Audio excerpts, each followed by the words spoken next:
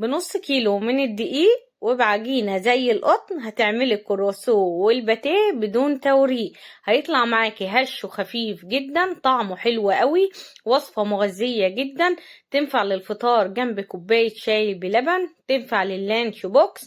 وصفة سهلة وسريعة ومغذية كمان. فلايك وشير لو عجبكم الفيديو. صلوا على رسول الله عليه أفضل الصلاة والسلام. وتعالوا نسمي بسم الله ونبدأ في الوصفة بتاعتنا. عشان نعمل وصفتنا للنهاردة، أول حاجة عندي هنا طبق هبدأ أنزل فيه بكيس من الخميرة الفورية، ولو عاملة ضعف المقدار هيبقى برضو كيس واحد من الخميرة الفورية. هنزل بمعلقتين كبار من الدقيق، وهننزل بمعلقة واحدة من السكر، معلقة كبيرة ممسوحة من السكر، ولو عاملة برضو كيلو من الدقيق هتبقى معلقة واحدة من السكر. ببدأ أقلبهم كويس قوي مع بعضيهم، وبعد كده بنزل بكوباية من اللبن أو الحليب الدافي، وببدأ أقلبهم كويس قوي مع بعض لحد لما السكر يدوب معايا والمواد تتجانس مع بعضيها. بغطي عليهم بركنهم على جنب واسيب الخميرة معايا لحد لما تتفاعل. عندي هنا 4 كوبايات من الدقيق اللي أخدت منهم معلقتين كبار حطيتهم على الخميرة. نزلت عليهم بنص معلقة صغيرة من الملح، معلقة كبيرة ممسوحة من الكيك شيف، وقلبته مع الدقيق. هنا كانت الخميرة معايا اتفعلت. هبدأ أنزل عليها ببياض بيضة والصفار ركنته على جنب. عندي كمان معلقة كبيرة من الخل، وهننزل بربع كوباية من الزيت. الكوباية دي اللي عيرت بيها الدقيق وعيرت بيها الحليب. هبدأ أقلبهم كويس أوي الأول مع بعض، وبعد كده هاخدهم وابدأ أنزل بيهم على الدقيق. بسمي بسم الله وببدأ أعجن العجينة. طبعا كوباية الحليب مش هتعجن معايا ال4 كوبايات دقيق، فعندي هنا كوباية إلا ربع من المية الدافية. ببدأ أنزل بيها تدريجي على العجينة، لأن أنواع الدقيق بتختلف عن بعضيها، وببدأ أعجنها كويس أوي. يبقى العجينة بتاعتنا أخدت معايا بالظبط كوباية من الحليب وكوباية إلا ربع من المية الدافية، ادتني عجينة طرية بالطريقة دي. هبدأ أعجنها كويس أوي لحد لما تلم معايا من الطبق وتخلع بمنتهى السهولة، وتبقى العجينة ملسة وناعمة معايا. أول ما بوصل للمرحلة دي ببدأ أوقف على طول عجن. شايفين العجينة معايا ممتازة ومقاديرها مظبوطة بجد. الوصفة دي هتعتمدوها من كتر جمالها. رشيت هنا رشة دقيق وحطيت العجينة، وبرش عليها رشة دقيق كمان من فوق. بغطيها بكيس بلاستيك بلفها بقماشة، بما اننا في الشتاء فانا دفيت الفرن وطفيته. هبدأ احطها على الرف الوسطاني واسيبها معايا لحد لما تتخمر ويتضاعف حجمها. اول ما بتتخمر بالطريقة دي بنبدأ نطلعها بقى ونبدأ نقطعها الكور. الاول ببدأ الم العجينة على بعضيها واطلع الخمور اللي فيها، وبعد كده ببدأ اقطعها الكور. طبعا انا قطعتها ل3 كور، كورتين وسط وكورة كبيرة. اهم حاجة تلم الكورة كويس اوي وتقفليها من تحت.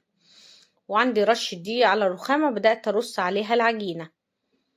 بعد ما قطعتهم كده على طول ببدأ اغطي عليهم كيس بلاستيك، وباخد اول عجينة قطعتها وببدأ اشتغل بيها على طول.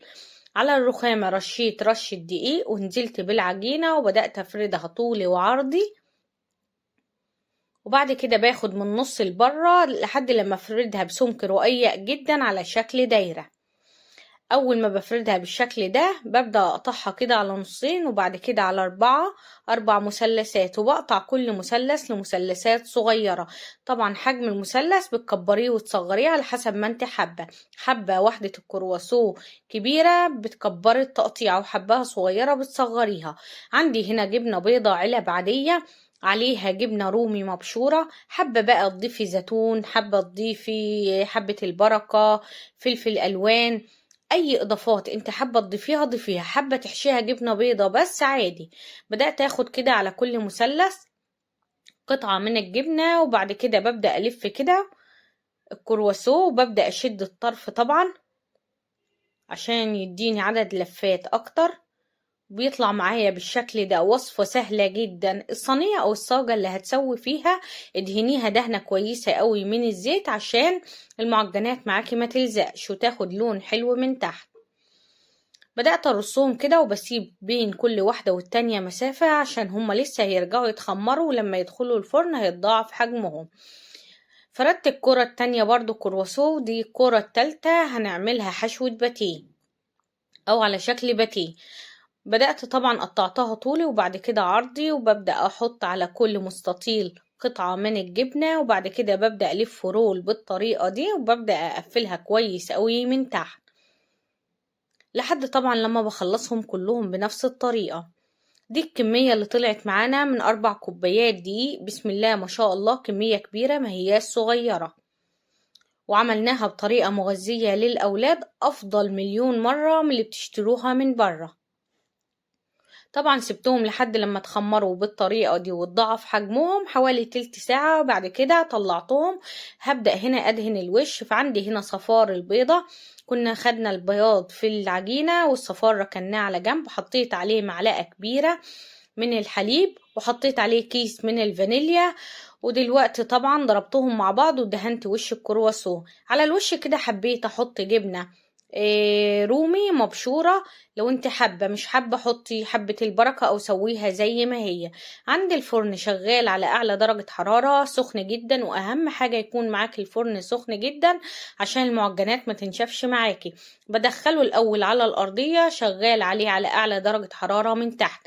اول ما الصينية بتسخن جامد معايا ببدأ ارفعها على الرف الوسطاني، النار من تحت وسط ومن فوق وسط لحد لما بتاخد اللون من فوق ومن تحت وبتستوي. ببدأ اطلعها على طول من الفرن. الصينية التانية بدأت دهنتها وبدأت اعمل لها كده فتحات من فوق. لو انتوا حابين تسيبوها زي ما هي عادي. طبعا الكرواسون اللي احنا دخلناه استوى معايا، اخد بالظبط 12 دقيقة تسوية في الفرن وطلع بالجمال ده. اول ما بيطلع على طول بغطي عليه بفوطة وبسيبه لحد لما يهدى شوية معايا، يعني دقيقتين 3، وبعد كده بشيله من الصينية بمنتهى السهولة. شايفينه قد مورق ومستوي حلو قوي وهش وخفيف جدا. طريقته سهلة وسريعة، ما اخدش وقت خالص. شايفين الجمال؟ الكمية دي كلها والله العظيم ولسه كمان في الصينية من نص كيلو من الدقيق. طعمها حلو قوي. الجبنة الرومي مع الجبنة البيضة طعمها جميل جدا كحشوة معجنات.